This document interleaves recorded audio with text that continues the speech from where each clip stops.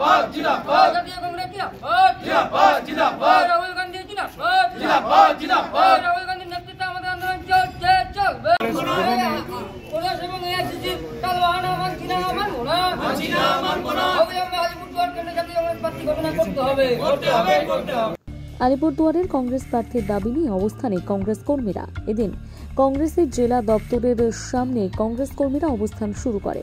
কংগ্রেস কর্মীরা স্পষ্ট জানিয়েছেন, জোট নিয়ে আমরা অন্ধকারে।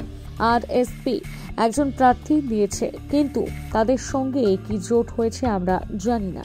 আমরা চাই আলিপুরদুয়ার কেন্দ্রে হাত চিহ্নের প্রার্থী। আমরা বিষয়টি জেলার সভাপতিকে জানিয়েছি। কর্মীদের এই অবস্থানকে সমর্থন করেছেন জেলার কার্যকারী সভাপতি শান্তনু দেবনাথ। তিনি কি বলেছেন শোনাবো।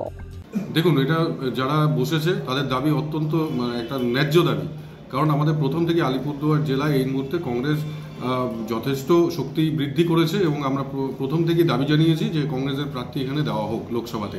আমরা তার জন্য সমস্ত রকমের প্রস্তুতি শুরু করে দিয়েছি এবং প্রদেশ কংগ্রেসের তরফ থেকে, এআইসিসির তরফ থেকে আমাদেরকে আশ্বাস দেওয়া হয়েছে যে আলিপুরদুয়ারে দলের প্রার্থী থাকবে। কিন্তু এখনও পর্যন্ত নমিনেশন স্টার্ট হয়ে গেছে, এখনও পর্যন্ত সেই রকম কোনো আমাদের কাছে সদুত্তর আসেনি। প্রার্থী হবে কি হবে না সেই বিষয়ে আমাদের কাছে এখনো পর্যন্ত কোনো উত্তর আসেনি। জোটে তো প্রার্থী দিয়েছে একজন। কিসের জোট, কার সাথে জোট হয়েছে আমাদের কাছে এরকম কোনো এখনো পর্যন্ত ইনস্ট্রাকশন আসেনি প্রদেশ কংগ্রেস থেকে না এআইসিসি থেকে। তো জোট যারা বলছে তাদের কাছে যদি কোনো ইনস্ট্রাকশন এসে থাকে তাহলে তারাই বলতে পারবে।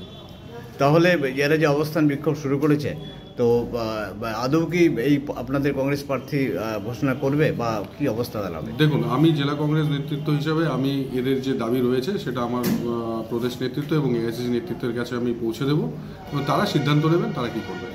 আমরা আলিপুরদুয়ারে কংগ্রেসের প্রার্থী চাইছি, সেই আর্জি জানিয়ে দলের কাছে, আমাদের দলের যে নেতৃত্ব, উচ্চতর নেতৃত্ব, তাদের কাছে এই আর্জি জানিয়ে আজকের আমাদের এই অবস্থা। কেন? আমরা আলিপুরদুয়ার জেলা কংগ্রেস ভবনের এসেছিলাম, আমরা এখানটায় আমাদের সভাপতিকে চেয়েছিলাম। তো সভাপতি আমাদের আলিপুরদুয়ার জেলার সভাপতি মণিকুমার ডান্নাল, তিনি উপস্থিত নেই। এবার আমরা দেখতে পাচ্ছি যে অন্যান্য সব দল কম বেশি প্রার্থী দিয়ে ফেলেছে। সেখানটায় আমরা এখন পর্যন্ত জানতে পারছি না যে আমাদের আলিপুরদুয়ারে কংগ্রেস প্রার্থী থাকছে কি থাকছে না এবং জোট ফাইনালি হচ্ছে কি না হচ্ছে। তো সব কিছুর পরেও আমরা শুরু থেকেই দাবি করে এসেছি যে আলিপুরদুয়ারে আমরা কংগ্রেস প্রার্থী চাই। আমরা এখনও সেই দাবিতেই অনড় আছি যে আমরা আলিপুরদুয়ারে কংগ্রেস প্রার্থী চাইছি। কিন্তু বামফ্রন্ট প্রার্থী দিয়েছে এখানে। না, বামফ্রন্ট প্রার্থী দিয়েছে সেই ব্যাপারে আমরা কিছু জানি না। আমরা আজকে আমাদের প্রদেশ সভাপতির বিভিন্ন মিডিয়ায় বাইরে থেকেও দেখলাম যেটা উনিও ব্যাপারটা নিয়ে জানেন না। আলিপুরদুয়ার সিট নিয়ে যতদূর আমি দেখলাম যে আলিপুরদুয়ার সিট নিয়ে উনি এর আগেও বলেছেন যে উনি চেয়েছেন আলিপুরদুয়ার সিটটা এবং সেটা একটা রফার জায়গায় ছিল। হঠাৎ করে মাঝখান থেকে আরএসপি একটি ক্যান্ডিডেট ঘোষণা করে দিয়েছে। হ্যাঁ, তো জোট করতে হলে এইভাবে হঠাৎ করে যদি কেউ প্রার্থী ঘোষণা করে দেয়, সেই ক্ষেত্রে আমাদের যতক্ষণ প্রদেশ থেকে কোনো কিছু আমরা জানতে না পাচ্ছি ততক্ষণ তো আমরা সেই রাস্তায় হাঁটতে পারছি না। আপনারা কি হাত সিম্বলেই প্রার্থী চাইছেন? হ্যাঁ, আমরা হাত সিম্বলেই প্রার্থী চাইছি। তা না হলে কি করবেন? মানে আন্দোলনটা কি পর্যায়ে যাবে?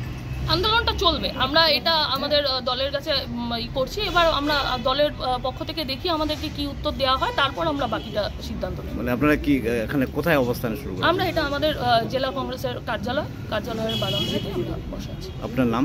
আমি সানিয়া বর্ধন, আমি আলিপুরদুয়ার জেলা যুব কংগ্রেসের প্রেসিডেন্ট।